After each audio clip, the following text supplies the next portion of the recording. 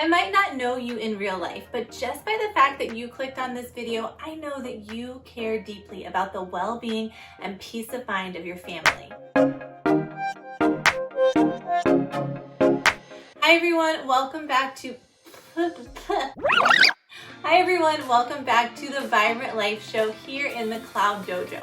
So in a dojo, a place where we refine ourselves, habits are key. So the number one habit that I do every week that I believe helps our family be healthier and happier is I recharge myself. There was a time when I didn't value the work that I do for our family. I valued some of it, but I didn't value the unseen work, which I'm so thankful that now there is this term that is popularized called emotional work. There's usually always at least one person in the family that is doing the more emotional labor, the stuff that you can't really see. It's that person that's putting out the feelers in the family, like, okay, how's our stress level? How can I help keep everyone more peaceful? How can I help things run more smoothly? How can I increase the harmony? It's the person developing little routines and systems. It's the person who's searching YouTube for habits for helping a family be happier and healthier. You know, that person that thinks about those types of things to help stop problems before they become bigger. A lot of that stuff is unseen. It's not really measurable, but it takes up our energy. I don't know about you, but emotional work is actually the most physically exhausting kind of work for me. So we need to recharge. As the parent doing this type of work in the family, a couple hours a week to recharge is essential. I do have a video linked below that shares how to get some time for yourself when you've got the kids in tow. So also linked below is my spring refresh video where I share how I create a space for renewal in my home to do my weekly recharge. So the way I recharge the best is doing a guided meditation, just lying down, listening to something on Insight Timer, and then I follow that with a yin yoga class. So yin and yang, you might know the Chinese energy idea of yang is like out there getting some work done. That's like the yoga class that's like really a workout. Yin yoga is just much more open, it's receptive, it's letting gravity do the work for you, and it is so recharging. Habit number 2 is make it easy to nourish yourself and your family. I can attest, as someone who has been meal prepping for a while, when I do my weekend meal prep, everything is so much easier. I take less time total, including that meal prep time, way less time total throughout the week on making food. Now I'm just like hanging out in the afternoons with my kids, just chilling. Like dinner, what? That's done. Lunch, totally handled. Actually, just roll the clip.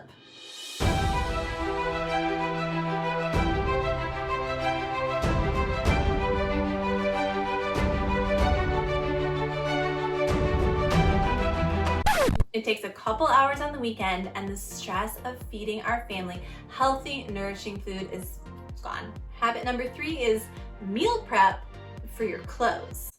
So like clothes prep. So there are many ways to do this. I have seen a very simple system where you just get a hanging organizer for your closet, and on each shelf you just put a different outfit for different days of the week. We make sure to wash and dry our clothes during the week, and yes, my kids do this. Even my 4-year-old is pretty self-sufficient with putting away her laundry. So all the clothes are clean and ready to go on the weekend. We take some time on the weekend and we just put everything away. We put it into outfits. We like a hanging system, so we just put outfits together. The kids actually love that part, picking out what goes with what and hanging it up in the closet. We put the left side is for days that are colder, the right side is for days that are warmer. I just let them know this weather here where we live in the mountains is a little crazy. It's spring, but you don't know, it might be like winter. So I just let them know in the morning what type of temperature we've got going on that day. They go in, they've got their options, they pick it out.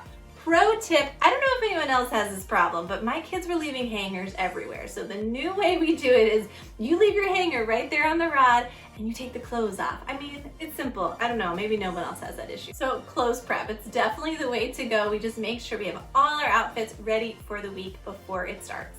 For habit number 4, I wanted to share my calendar and to-do list system with you because it's easy, it's simple, and it works. I have a time management video, which I will also link below, and that just lays out how I decide how my week's gonna flow and what I put in and what I say no to.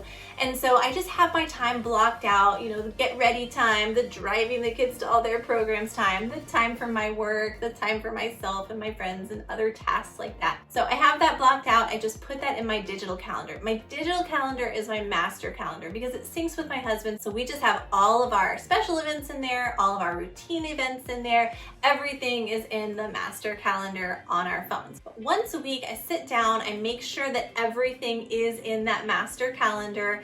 If I've forgotten anything, I usually check through my texts and emails because sometimes I will make an agreement about an appointment and then I will kind of forget about it. So once a week, I just go through, make sure I haven't missed anything, and get everything in that master calendar. I also like to look at a weekly spread, just have everything laid out there on paper. So I do use a paper planner as well. And I use that more for my to-do list. So I have a master to-do list. That's also in the phone. I just use Google Keep. It's a really easy app. It just opens fast. You don't have to log in. Everything is visual, laid out for you to see all the different master to-do lists in every category. So when anything pops into my mind or I make a commitment to someone about something I'm going to do, I immediately just open up Google Keep, I find what category it is, and I add that to the master to-do list for that category. Business, family, one for each kid specifically, home, maintenance, all those things. Then in my once a week session with my calendar updating, I also just go through the master to-do list and I prioritize them. I just slide up to the top the things that are most important. Then I go into my paper planner. Any events that are outliers that are not part of our regular plan, I put those at the top of each day just so I make sure I see, okay, this is kind of what's different about my week than usual. And then I look at the master to-do list, simple, easy peasy. I just go, okay, here are the major, most important things that I need to get done through the week. Then I put each one on a post-it note and I kind of put it in on the day that I think I'm going to be getting it done. If there's stuff that I don't really know what day I'm going to be able to fit it in, but I want to fit it in this week, I just put it in the notes section for that week in the planner. And then of course, as the week goes on, if I need to switch anything around, I just move that post-it note to a different day. So that is my very basic calendar and to-do list system. I can go more into it in another video, but that's kind of the basics. My 5th and final habit is connection. We're humans, we are just social creatures, whether we're introverted, extroverted, or as most people identify, somewhere in the middle. We still need connection. My friendships are so important to me. Some of you are watching this video. I love you so much. I really work on making regular time to connect one-on-one with friends, to go out with a group of girlfriends.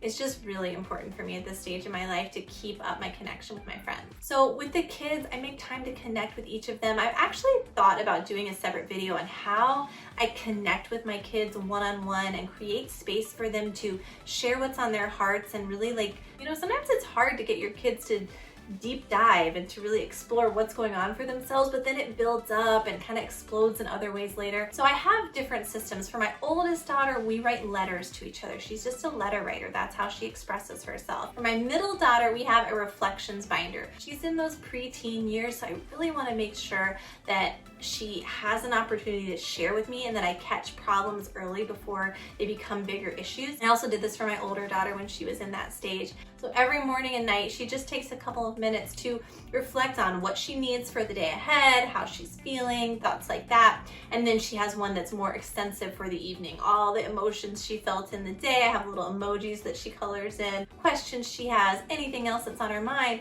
So even if we don't have time to really get into it every single day, she still has a chance to express herself and to share. And also, I think writing it down brings out more, just more contemplative of a process than just chatting. We do read over those reflections and we take time pretty regularly to check in with her about anything that came up through those reflections. So that connection gives me peace of mind to know that my kiddo's not having issues that I don't really know about, at least as much as I can.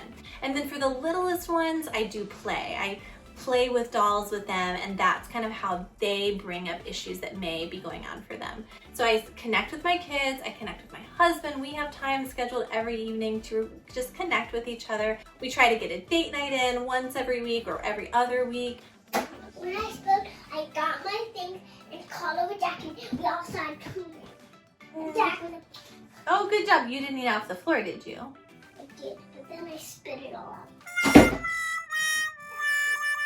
I really hope that these habits inspired you. I would love to hear in the comments below which one are you excited to try or refresh in your life. Let me know how that's going for you. If you like this video, be sure to click the thumbs up and subscribe. Hit the notifications bell so you don't miss future videos. There are a lot of good ones coming up.